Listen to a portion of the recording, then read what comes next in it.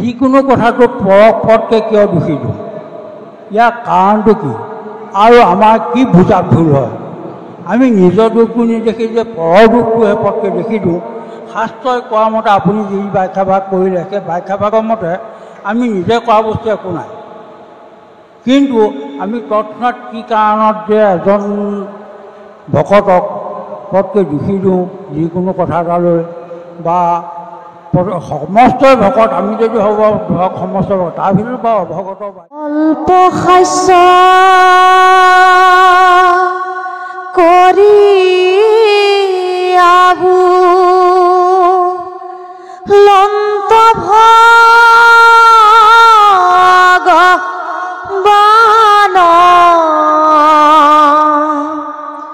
শুনা পয়ো তৰা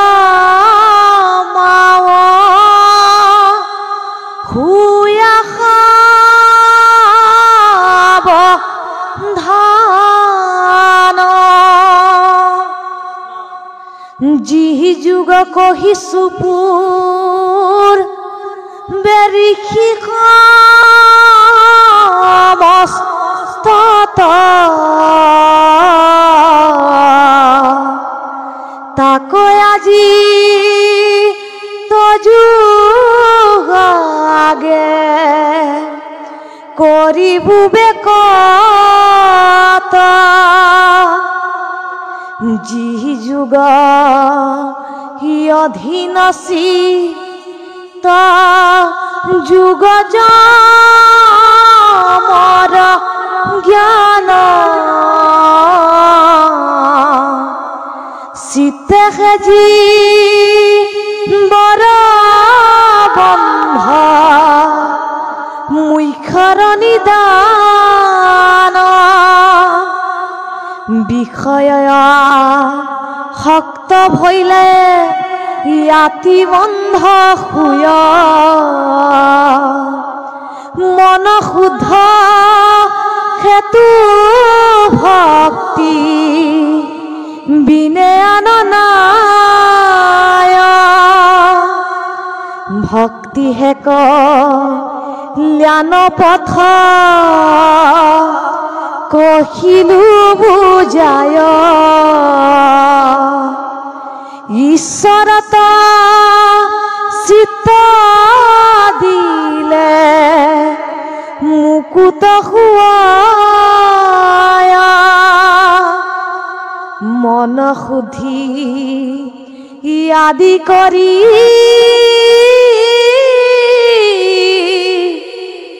যতে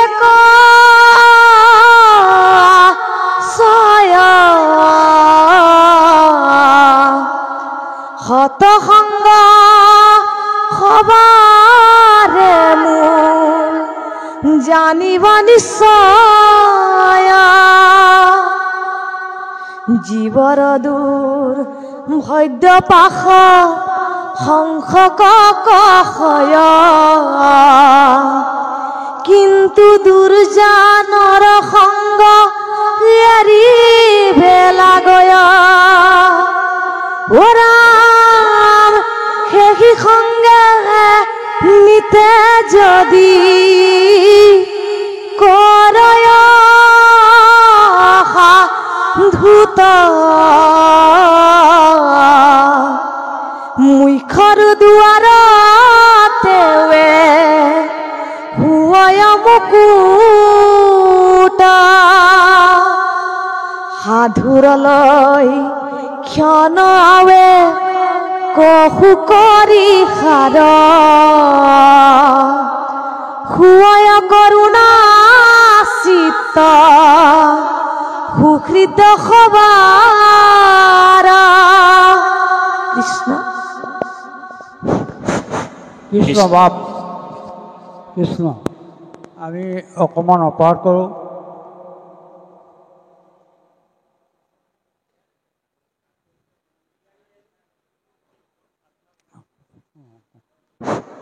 কাৰণ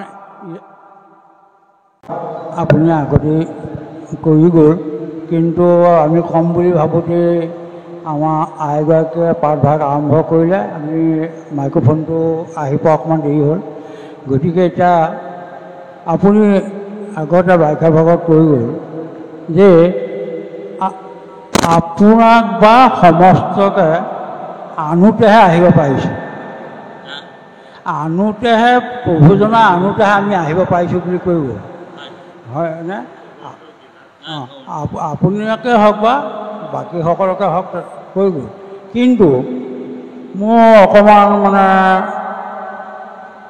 নিজে কিছু ভুক্তভোগী কিছু ক্ষেত্ৰত শুনি পাওঁ, আমি যিকোনো কথাটোত পৰপৰতকৈ কিয় দোষী দিওঁ, ইয়াৰ কাৰণটো কি আৰু আমাৰ কি বুজাত ভুল হয়?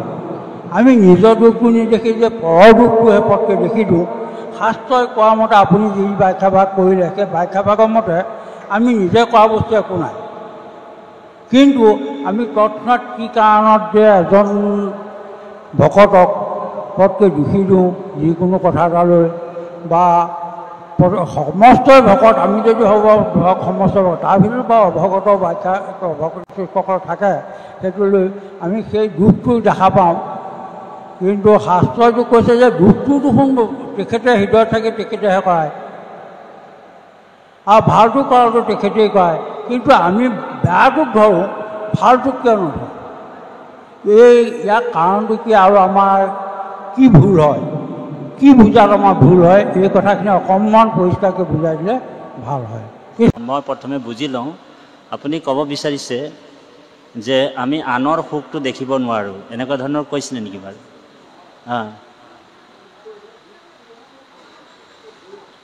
মানে আনে যদি দুখ কৰে, দুখটো আমি বেছিকৈ দেখোঁ, হয়। এক আৰু 2 নম্বৰ,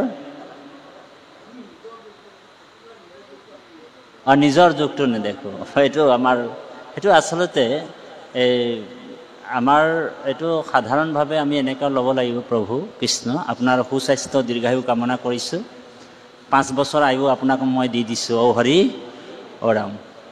5 বছৰ আয়ু আপোনাৰ মোৰ ফালৰ পৰা দিলোঁ, আগবঢ়ালোঁ।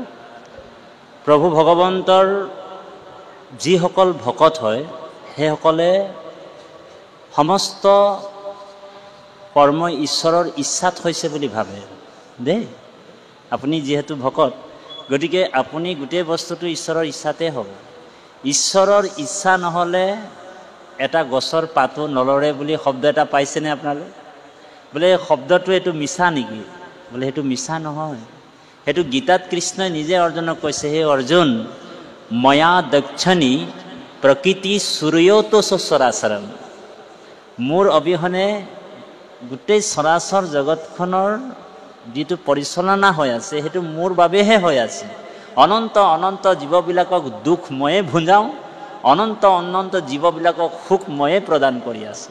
গতিকে আমি কিন্তু মায়াত থকাৰ কাৰণে দেই, অবিদ্যা মায়াৰ কাৰণে আমি নিজৰ দুখটোৰ কথা পাহৰি আনৰ দুখটোত আমাৰ চকুটো বেছিকৈ যায় দেই বাবু। কিন্তু আমি আনৰ দুখটো যিসকল ভকত হয়, এতিয়া ধৰি লওক কথা এটা কৈছোঁ আপোনালোকক, যে যিসকল একান্ত ভকত হয়, তেওঁলোকে কি কৰে, আজি যদি এজন মানুহ 100টা গুণৰ ভিতৰত তেওঁৰ 99টা গুণ যদি বেয়া আছে দেই, ধৰি লওক এজন মানুহে 99টা গুণ বেয়া আছে, তেওঁ মদ খায়, পৰিবাৰক দিগদাৰি কৰে, টকা পইচা কাঢ়ি লৈ যায়, জুৱা খেলে, ল'ৰা ছোৱালীক মাৰপিট কৰে, আৰু অনেক শাস্তি দিয়ে, নিজৰ পত্নীকো শাস্তি দিয়ে, পুত্ৰ ল'ৰা ছোৱালীক সকলোকে শাস্তি দিয়ে। কিন্তু তেওঁৰ এটা গুণ ভাল আছে।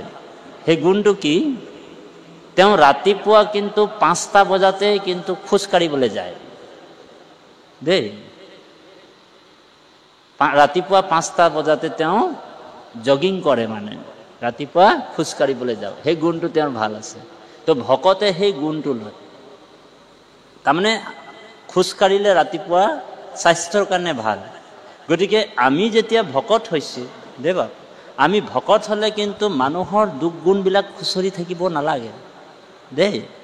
আমি কেনেকৈ তেওঁৰ পৰা সেই যিজনে দুখ কৰিছে বা দুখ কৰিছে, তেওঁৰ ভাল গুণ কিবা আছে নেকি? জ্ঞানীসকলে আনৰ সুনামটো নষ্ট নকৰে আকৌ, সেইটোও কথা। যিসকল আটাইতকৈ ডাঙৰ পাপ কি? আটাইতকৈ ডাঙৰ পাপ হৈছে আপোনাৰ সুনামটো যদি মই লোকৰ আগত প্ৰকাশ কৰোঁ, এই মানে হেৰিটো দুখ গুণবিলাক যদি লোকৰ আগত প্ৰকাশ কৰোঁ, সেইটোৱে আটাইতকৈ ডাঙৰ পাপ। বুজি পাইছেনে? মানে গুণটো প্ৰচাৰ কৰক, কিন্তু দুখটোক প্ৰচাৰ কৰিব নালাগে, বা আনৰ সুনামটোও নষ্ট কৰিব নাপায় বুলি কৈছে। গতিকে বাপ, আমি নিজে প্ৰথমে পৰিষ্কাৰ হ'ব লাগিব। আপুনি আচৰি ধৰ্ম আনকো শিকাবে বুলি কৈছে, সেইটোৱে ভাগৱত ধৰ্ম। বৰ গুৰুত্বপূৰ্ণ কথা। যদি তাঁতী বাপে আজি, মোৰ ফালে কৈছোঁ, আপোনালোকৰ ফালে কোৱা নাই, তাঁতী বাপে বোলে আজি মৰিগাঁও জিলাত ভাগৱতৰ অনুষ্ঠান কৰিছে, ইয়াত কথাবিলাক সুৰে সঞ্চাৰে কিন্তু তাঁতী বাপে বহুত ভালকৈ কৈ আছে দেই, ধ্যান দি শুনিব। অহাকালি মই ৰঙিয়া জিলালৈ যাম, ৰঙিয়া জিলাত অহাকালি আছে, তাৰ নেক্সট দিনাখন মঙলদৈত যাম দৰঙত, তাৰ নেক্সট দিনাখন মই উজনিলৈ যাম যোৰহাটলৈ, তাৰ নেক্সট দিনাখন ডিব্ৰুগড়লৈ যাম। তাঁতী বাপে কথাবিলাক সুৰে সঞ্চাৰে কিন্তু বহুত ভালকৈ কয়, কিন্তু আচৰণ হ'লে তেওঁ একো পালন নকৰে। তেওঁ কিন্তু কি কৰে, যেতিয়া যোৰহাটলৈ উভতি ঘূৰি যায়, যোৰহাটৰ কোনোবা এটা চুকৰ দোকানত আন্ধাৰৰ সুযোগ লৈ তেওঁ চুকৰ দোকানত এটাত সোমাই অকণমান ঔহৰি ওৰাম কৰি ঢেলেং পেলেংকৈ গৈ থাকে। গতিকে আমি ইয়াত যিবিলাক কথা ক'লোঁ, কাৰোবাৰ উপকাৰ হ'বনে বাপাই সমস্ত? নহয়। সেইকাৰণে বাপজনে যিটো ধৰিছে সেইটো বৰ ধুনীয়া কথা ধৰিছে। প্ৰথমে আমি নিজকে শুদ্ধ কৰিব লাগিব, নিজেই পৰিষ্কাৰ হ'ব লাগিব। সেইকাৰণে আমি যদি আপোনাক আঙুলিয়াবলৈ যাওঁ, 5টা আঙুলি হয়নে, তো তাৰে ভিতৰত 4টা আঙুলেই মোৰ ফালে আছে, হয়নে বাৰু? গতিকে প্ৰথমে মই নিজকে শুদ্ধ, আচৰণটো আমাৰ শুদ্ধ হ'ব লাগিব। তেতিয়াহে আনক উপদেশ দিলে সেইটোহে খাটিব, নহ'লে আপোনাৰ কথা কোনো মান্যতা দিবনে? নিদিয়ে। গতিকে বাপ সেৱা জনাল। চিন ভাই চিন, নিজকে চিন, চিনিব নাজানিলে হ'ব ভিন ভিন। গতিকে আমি শ্ৰদ্ধা সাধুগুৰু বৈষ্ণৱসকললৈ এটি বিনম্ৰ অনুৰোধে আগবঢ়াইছোঁ, প্ৰশ্নবিলাক পাঠভিত্তিক হ'লে ভাল। পাঠেনো কি কৈছে তাৰ আলমত যদি প্ৰশ্নবিলাক আহে, তেতিয়াহ'লে আমাৰ বুজাৰ সুবিধা হয়। নহ'লে পাঠৰ এটা ছটা থাকে, সেই ছটা যেন অকণমান হেৰাই যায়গৈ, নষ্ট পায়, বেয়া নাপাব। কৃষ্ণ। এতিয়া আহিলোঁ যে কপিল ঈশ্বৰে মাক দেৱহূতিক ইতিমধ্যে তেওঁ ভক্তিতত্বৰ বিষয়ে সুধিছে আৰু প্ৰকৃতি পুৰুষ সম্পৰ্কে তেওঁ জানিব বিচাৰিছে মাক দেৱহূতিয়ে। আৰু কপিল ঈশ্বৰে এতিয়া তেওঁৰ আগত বৰ্ণনা কৰি কৈছে যে তুমি যিটো প্ৰশ্ন কৰিলা, সেই প্ৰশ্নটো কি কৰিছে, যে মই আগতে পূৰ্বশায়ী ঋষি সমস্তৰ আগত মই বেকত কৰিছিলোঁ আৰু আজি তোমাৰ আগত মই বেকত কৰিম। অৰ্থাৎ কিনো বেকত কৰিব বিচাৰিছা আমিও অন্তত জানো। দিয়ক আগবাঢ়ক পাঠভাগ। কৃষ্ণ। ভাল। পৰম শ্ৰদ্ধাৰ বাপজনক আকৌ দুনাই সেৱা জনাই হৈছোঁ। প্ৰশ্নবিলাক মানে বাপে কোৱা নিচিনা, প্ৰশ্ন সদায় জগতৰ হিত, জগতৰ উপকাৰী প্ৰশ্ন হ'ব লাগে দেই। যিটো প্ৰশ্ন সুধিলে অকল নিজৰে নহয় আনৰো উপকাৰ হয় দেই, তেনেকুৱা প্ৰশ্ন বাপৰ প্ৰশ্নটো কিন্তু সেইটো ভালেই হৈছে, বৰ সুন্দৰ প্ৰশ্ন, আমি ভাল পাইছোঁ। কাৰণ জানিবলগীয়া কথা আছে বহুতখিনিয়ে কথা।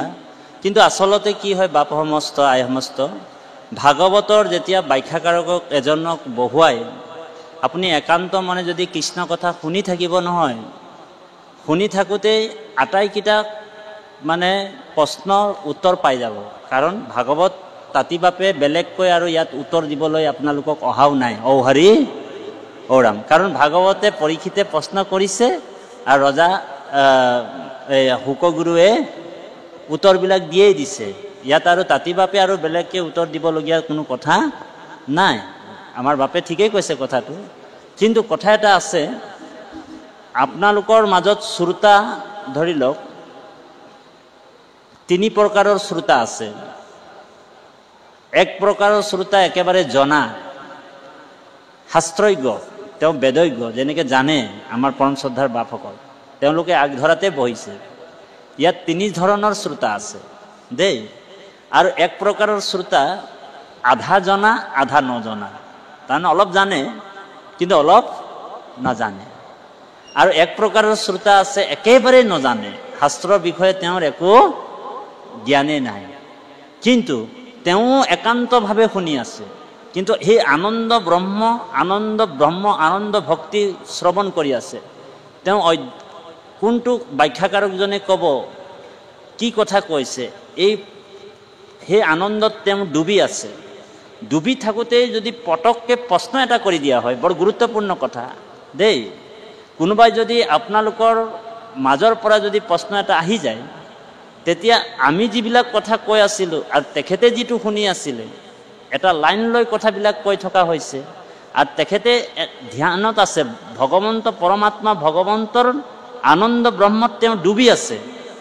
আৰু যেতিয়া তেওঁ সেই বিভোৰ হৈ আছে, আৰু আপুনি যদি প্ৰশ্ন এটা সুধি দিয়ে, এইটো আপোনাৰ লাগতিয়াল প্ৰশ্ন, তেতিয়া সেই শ্ৰোতাসকলৰ কিন্তু খেলি মেলি হৈ যাব, বুজি পাইছেনে? এইটো বৰ ধ্যান দিব। আমাৰ বাপেও ঠিকেই কৈছে যে প্ৰশ্ন সদায় উপকাৰী প্ৰশ্ন হ'ব লাগিব, জগত কল্যাণৰ প্ৰশ্ন হ'ব লাগে, যিটো ৰজা পৰীক্ষিতে প্ৰশ্ন কৰিছে। আতা পিচ্ছামি সংসিদ্ধিনম যোগিনম পৰমম গুৰু পুৰুষেও য়ৎকাৰ্য মিৰিয় মানৈশ্য সৰ্বদা। তোমাৰ চৰণে মৰণ সময়ে পুচুহু প্ৰভু সাম্প্ৰত মিৰিয়মান লোক সদায় কি কৰ্ম কৰিবে ইটো লোকত। আমি মিৰিয়মান লোক, আমি মৃত্যুমুখী মানুহ, সদায় আমি সকলোৱে মৰিবলৈ গৈছোঁ। ৰজা পৰীক্ষিতৰ প্ৰথম প্ৰশ্ন। ৰজা পৰীক্ষিতে অকল নিজৰ কাৰণে প্ৰশ্ন কৰা নাই, ৰজা পৰীক্ষিতে কৈছে আমি সকলোৱে মৰিবলৈ গৈ আছোঁ, আমি মিৰিয়মান লোক মৃত্যুমুখী মানুহ, আমি কি কৰিব লাগিব, হয়নে বাৰু? আৰু দেৱহূতিয়ে যিটো প্ৰশ্ন কৰিছে ইয়াত কি বুলি কৈছে, যে প্ৰকৃতি পুৰুষ মোতকৈও ভাল কৰি, প্ৰকৃতিনো কি আৰু পুৰুষ কোনজন? পুৰুষ মানে হৈছে আত্মা, আৰু প্ৰকৃতি আমাৰ এই চৰাচৰ জগতখন, লগতে আমাৰ এই শৰীৰটোও প্ৰকৃতি হয়। সেই পুৰুষ আত্মাক কেনেকৈ দৰ্শন হ'ব? আৰু এই ভাগৱতৰ মাধ্যমেদি আমি জানিব লাগিব। আমাৰ আজি আত্মবিশ্লেষণ হৈছে। ভাগৱত কি হয়? আত্মাৰ বিশ্লেষণ। আমি শৰীৰৰ খাদ্যটো বহুত জন্মত খাইছিলোঁ, আজি শৰীৰটোক আজি আমি পোষণ দিয়া নাই বাপ সমস্ত দেই, আমি আজি আত্মাটোৰ পোষণ দিছোঁ। আমি অনেক জন্ম 84 লক্ষজনী জন্ম হ'লোঁ, আৰু চৰাই চিৰিকটি বাঘ ভালুক জন্ম পালোঁ। মানৱীয় তনুটো নোপোৱাৰ আগত আমি গাধৰ পেটত সোমাই আহিছিলোঁ, গাধজনীও মোৰ মা আছিল। আমি গৰুৰ পেটত সোমাই আহিছিলোঁ, গৰুজনীও মোৰ মা আছিল। জেঠীৰ পেটত সোমাই আহিছিলোঁ, জেঠীজনীও মোৰ মা আছিল, হয়নে বাৰু? তাৰপিছত মেকুৰীৰ পেটত সোমাই আহিছোঁ, মেকুৰীজনীও মোৰ মা আছিল। কৃষ্ণই কৃপা কৰি এইবাৰ মানুহৰ পেটত সোমাইছে, দুইটা ভৰি ওপৰ ফালে, মূৰটো তল ফালে, গৰ্ভত মাতৃৰ গৰ্ভত থাকোঁতে ইয়াত ওলাই গ'ল। হেৰিয়ে ক'ব নাই, ওলাই গ'ল যে আমাৰ ভৰি দুটা ওপৰ ফালে, মূৰটো তল ফালে কৰি ভগৱানক প্ৰাৰ্থনা কৰিছে। কি বুলি প্ৰাৰ্থনা কৰিছে জীৱাত্মাটোৱে? আমি যেতিয়া সকলোৱে গৰ্ভত আছিলোঁ তেতিয়া ভগৱানক প্ৰাৰ্থনা কৰিছিলোঁ। কি প্ৰাৰ্থনা কৰিছিলোঁ? তেতিয়াও আমাৰ শৰণ হৈছে। সেইকাৰণে দেৱহূতিয়ে কৈছে যে বৰ সুন্দৰ এটা কথা কৈছিলে ইয়াতে, তজু পাৱে শৰণ লৈলোহো কৰি হাৰ, ভিতৰ সংশয় তজু ছেদন কোঠা। তোমাৰ অমৃত বাণীৰ যোগেদি, মানে ব্ৰজৰ নিচিনা কোঠাৰৰ আঘাতত মোৰ যিবিলাক সংশয় আছে সকলো দূৰ কৰক। এটা সংশয় নহয়, কেইবাটাও সংশয়ৰ কথা কৈছে। সমস্ত জ্ঞানৰ কোঠাৰেদি সংশয়বিলাক ছেদন কৰক, ছেদ কৰিবলৈ কৈছে। গতিকে আপুনি ময়ো ভগৱন্তৰ ওচৰত প্ৰাৰ্থনা কৰি আছিলোঁ। আমি যেতিয়া গৰ্ভস্থিতি হৈ আছিলোঁ, বাপাই সমস্ত সকলোৱে ভগৱানক প্ৰাৰ্থনা কৰিছিলোঁ। কি বুলি প্ৰাৰ্থনা কৰিছিলোঁ সকলোৱে গাম দেই।